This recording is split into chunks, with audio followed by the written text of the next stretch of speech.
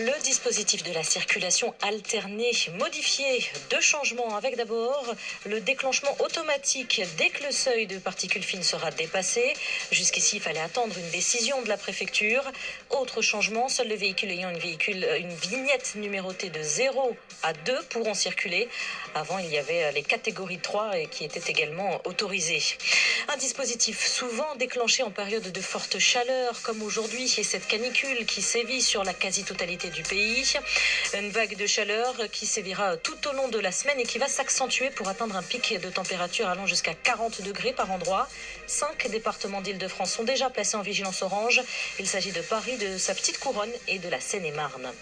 Un corps carbonisé retrouvé dans une voiture au sud de Tarbes, découvert ce matin par les pompiers venus éteindre le feu. La victime est un homme. La piste de l'accident de la circulation n'est pas privilégiée.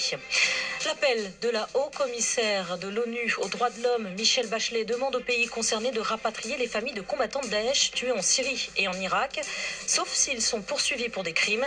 Elle demande aussi d'accorder la nationalité aux enfants nés de leurs ressortissants dans les zones de conflit.